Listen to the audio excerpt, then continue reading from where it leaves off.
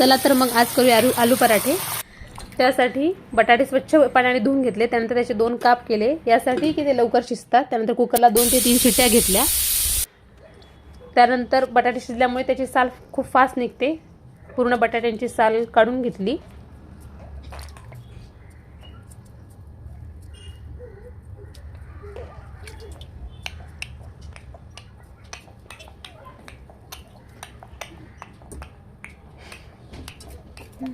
त्यानंतर एका स्मॅशरनी छानपैकी बटाटे स्मॅश करून घेतले। स्मॅश केल्यामुळे आपण जेव्हा पराठा लाटतो तेव्हा तो फाटत नाही, छानपैकी फुलतो, हे बघू शकता तुम्ही।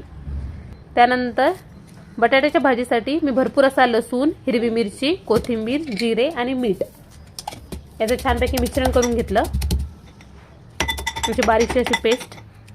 चला तर आता करूया बटाट्याची भाजी। त्यासाठी एक कांदा मी कट करून घेतला प्रथमतः। त्यात एका कढईमध्ये तेल, जिरे, मोहरी, कट केलेला एक कांदा, त्यानंतर हिरवी मिरचीचं वाटण ते टाकून घेतलं, छानपैकी परतून घेतलं आणि त्यानंतर शेवटी आपण स्मॅश केलेला बटाटा त्यामध्ये मिक्स केला।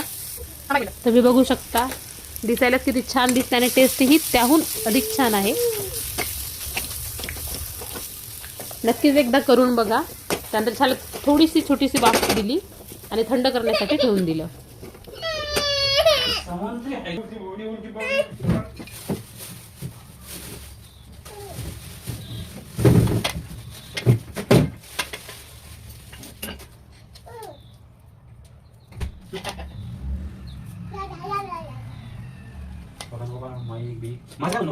बनवत असताना ऑडिओ का नाही करत?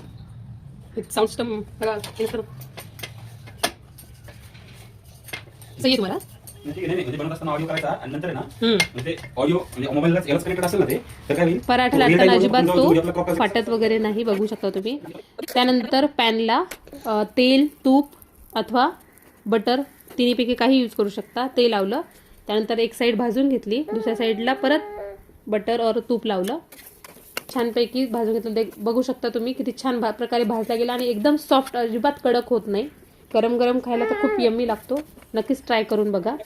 आणि स्पेशल दह्यासोबत तर छान लागतो, तुम्ही लोणच्यासोबत सुद्धा सर्व करू शकता। तर आलू पराठा नक्कीच करून बघा।